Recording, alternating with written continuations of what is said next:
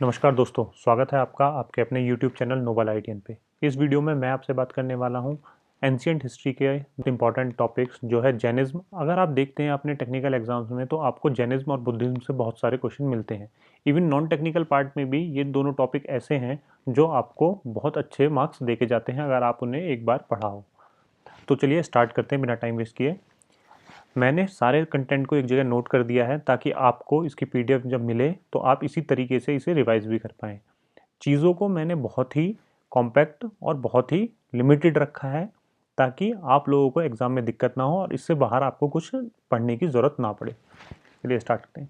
अगर हम जैनिज्म की बात करें तो जैनिज्म में जो सबसे इम्पोर्टेंट नाम आता है वो आता है महावीर जैन का। लेकिन अगर हम बात करें इनके फाउंडर की तो हमें पता है जैनिज्म के जो फाउंडर थे उनका नाम था ऋषभनाथ या फिर ऋषभ देव। लेकिन अगर हम बात करें असली फाउंडर, रियल फाउंडर जिन्हें कहा जाता है वो है महावीर जैन। तो हम जैनिज्म में जितना भी पढ़ते हैं मैक्सिमम टाइम आपने नोटिस किया होगा हम महावीर जैन के बारे में पढ़ते हैं, क्योंकि जैनिज्म को आगे बढ़ाने का जो सबसे बड़ा रोल है वो महावीर जैन का है। ये अपने आप में कॉन्टेम्प्रेरी थे गौतम बुद्धा के। कॉन्टेम्प्रेरी से मतलब था कि ये गौतम बुद्धा के समय काल में थे। मतलब जब गौतम बुद्ध जिंदा थे तो महावीर जैन भी अपने जैनिज्म को फैला रहे थे और गौतम बुद्ध अपने बुद्धिज्म को फैला रहे थे।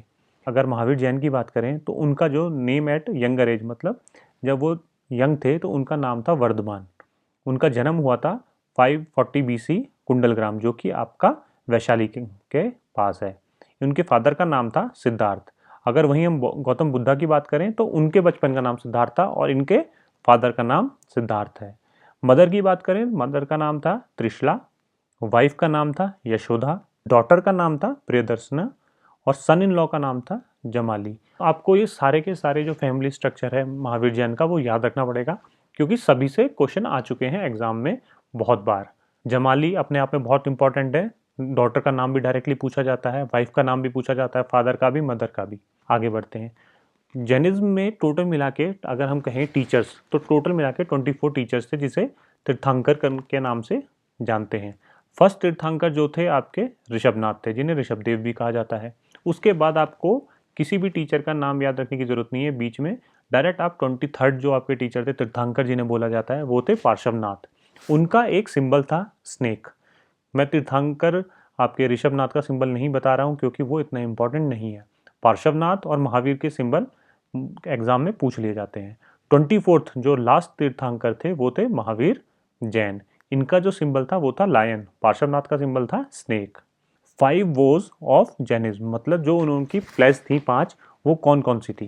कहने को 5 प्लेस थी, लेकिन आपसे जो मैक्सिमम टाइम क्वेश्चन पूछा जाता है वो सिर्फ और सिर्फ इन दोनों से पूछा जाता है। चलिए डिस्कस कर लेते हैं। अहिंसा जो था, नॉन वायलेंस, अहिंसा नहीं है ये अहिंसा है। आप इसे अहिंसा से कनेक्ट कर सकते हैं, अहिंसा का मतलब भी नॉन वायलेंस होता है, तो अहिंसा आप आएगा तो उसे कनेक्ट करके नॉन वायलेंस आप टिक कर सकते हैं, वैसे ही एग्जाम में नहीं पूछते हैं। सत्या, सबको पता है सत्य का मतलब होता है ट्रुथ, ठीक है। अस्त्या, अस्त्या का मतलब होता है नॉन स्टीलिंग, ये एग्जाम पॉइंट ऑफ व्यू से इंपॉर्टेंट होता है अस्त्या, ये एग्जाम में पूछ लेते हैं। उसके बाद हमारा आ जाता है फोर्थ अपरिग्रह, जिसका मतलब होता है डू नॉट एक्वायर प्रॉपर्टी, आपको प्रॉपर्टी इकट्ठी नहीं करनी है। उसके बाद अगर हम बात करें फिफ्थ जो कि इंपॉर्टेंट है वो है ब्रह्मचर्य, जिसे हम सेलिबेसी भी कहते हैं। ये इसलिए अपने आप में इंपॉर्टेंट भी हो जाता है क्योंकि बाकी सारे जो थे वो अलग थे और जो फिफ्थ वाला था स्पेशली महावीर जैन ने ऐड किया था, तो इसकी इंपॉर्टेंस थोड़ी ज़्यादा हो जाती है। तो आपको इन पांचों में से जो मेनली 2 याद रखने हैं वो है अस्त्या, जो जिसका मतलब होता है नॉन स्टीलिंग, और ब्रह्मचर्य किसने दिया, वो दिया था महावीर जैन ने। अब जैसे कि बुद्धिज्म में काउंसिल हुई थी 4, उसमें काउंसिल की डिटेल इंपॉर्टेंट हो जाती है कि कहाँ पर हुई थी और किसने कराई थी। जैनिज्म में सिर्फ और सिर्फ वेन्यू इंपॉर्टेंट रहते हैं। टोटल मिला के 2 काउंसिल हैं, ठीक है।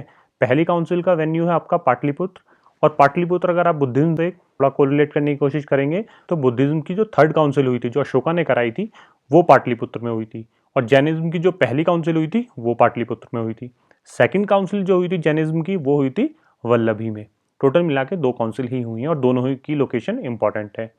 रिजल्ट्स क्या थे, कंपाइलेशन ऑफ 12 अंगाज पहली काउंसिल में, और दूसरी के जो रिजल्ट थे वो थे फाइनल कंपाइलेशन ऑफ 12 अंगाज एंड 12 उपंगाज। तो आपको जो इसमें से मेनली याद रखना है नॉन टेक्निकल पार्ट में टेक्निकल वालों को, कि फर्स्ट काउंसिल कहाँ हुई थी आपकी पाटलिपुत्र और सेकंड कहाँ हुई थी वल्लभी, इससे ज़्यादा आपको याद करने की कोई जरूरत नहीं है। अगला है आपका 3 jewels of Triratna of Jainism. Jainism के जो त्रिरत्ना हैं क्या क्या है? Right faith, right knowledge, right conduct. तीनों को ही याद रखना है क्योंकि एग्जाम में आपको 4 ऑप्शन में से 3 ऑप्शन दे देगा और पूछ लेता है इनमें से कौन सा आपका three jewels of Triratna of Jainism नहीं है, तो डायरेक्टली ये क्वेश्चन बनता है। तो क्या है? Right faith, right knowledge, right conduct. अब कुछ वन लाइनर क्वेश्चन मैंने बना रखे हैं जो एग्जाम में आए हुए हैं पुराने और बहुत इंपॉर्टेंट है। इसके बाद इसमें कुछ बचता नहीं है इस टॉपिक में।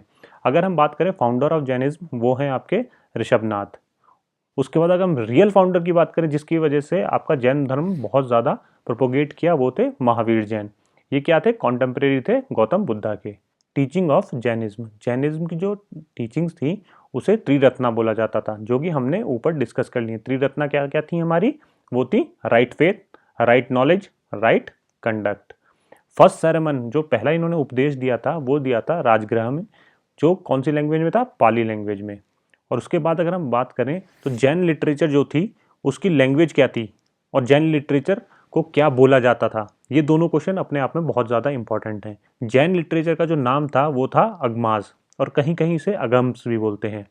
तो आप दोनों नाम इसे याद रखिएगा। और उसकी जो लैंग्वेज थी, लैंग्वेज से क्वेश्चन बहुत बार आता है कि जो जैन लिटरेचर की लैंग्वेज है वो क्या है? प्राकृत लैंग्वेज। और ऐसी ही जैसे आपके बुद्धिज्म में जो उनके लिटरेचर हैं त्रिपिटक, उसकी लैंग्वेज क्या है? उसकी लैंग्वेज है पाली। तो लोग पाली और प्राकृत में थोड़ा कंफ्यूज हो जाते हैं। आप इसे अल्फ़ाबेटिकल ऑर्डर में याद कर सकते हैं। बुद्धा पहले है, बी पहले आता है, तो इसी तरह प्राकृत से पहले पाली आता है अल्फ़ाबेटिकली। तो आप उस तरीके से याद रख सकते हैं। Anuvrata word is related to Jain धर्म। अंधुव्रत वर्ड जो है आप जैन धर्म से रिलेटेड है, ये डायरेक्ट क्वेश्चन पूछ लिया जाता है।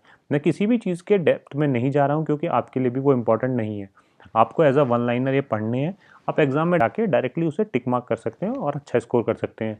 डेप्थ में जाने का आप लोगों के पास टाइम नहीं होता है। First disciple of Mahavir, Mahavir के पहले डिसिपल मतलब शिष्य कौन थे?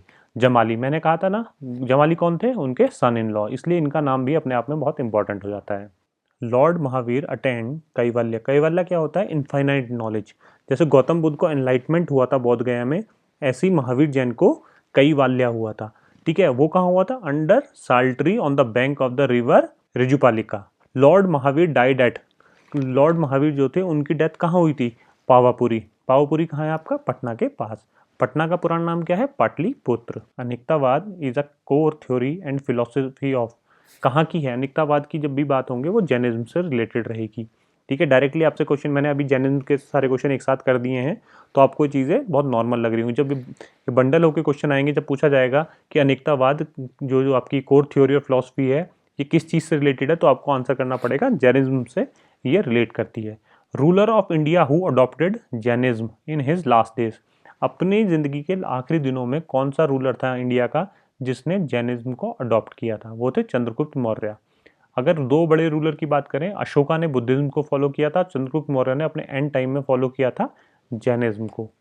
सांतारा, सांतारा एक इनका रिचुअल होता था जिसे बोलते थे सेल्फ मोर्टिफिकेशन, को सांतारा बोला जाता था। रिलीजियस रिचुअल ऑफ जैनिज्म, इसमें स्वयं मृत्यु को सौंप देते थे। Who led the important principle of Jainism.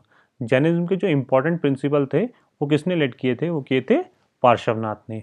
Who is given the credit of carrying Jainism in south India. किसे क्रेडिट दिया जाता है जैनिज्म को साउथ इंडिया में प्रोपोगेट करने का? वो दिया जाता है भद्रबाहु को। आई होप आपको ये टॉपिक थोड़ा सही लगा होगा। इसके सेकंड पार्ट में हम लोग डिस्कस करेंगे आपका दूसरा पार्ट जो कि है बुद्धिज्म। और जितना मैंने आपको इस लेक्चर में दिया इससे बाहर आपको जैनिज्म में पढ़ने की ज़रूरत नहीं, लेकिन ये चीज़ आपकी है, इसे आप प्रिंट आउट निकलवा लीजिएगा अपन, और दिन में एक बार इसमें आप नज़र मारेंगे, मुश्किल से 5 मिनट लगेंगे आपको बाई हार्ट चीज़ें हो जाएंगी। और इससे सबसे अच्छी चीज़ है जब इससे क्वेश्चन आता है ये आपको फ्री के नंबर दे के जाता है, क्योंकि बहुत ही सिंपल टॉपिक है, तो इस चीज़ को आपको ध्यान रखना होगा।